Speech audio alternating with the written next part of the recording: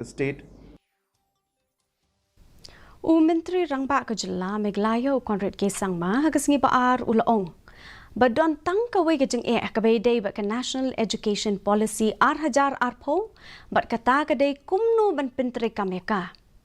Haba ai jeng krench kila patai kubor onda lawai ke jeng lang ke kinhon menteri usang ma ulaong. Belajan baru ki college jong kani ke Jylla kila kubur ba ke NEP kalong ke babha na ke benta ke Jylla bat na ke benta ki samla puli. Da ka babenrap bakalong kalinti ka badai banjam Shakhmat.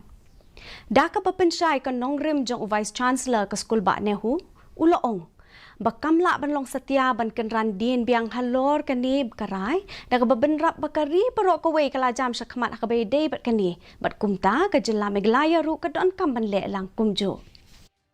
State and good for the students, and it is the right way to move forward. The challenge is in actually implementing it immediately. There is nobody who's against the NEP. Majority of the teachers and the students and the principals are all for the NEP to be implemented. Issue only is in the different requirements to implement it and the process of implementing, which is very, very technically complicated and financially complicated, and hence how will they do it immediately.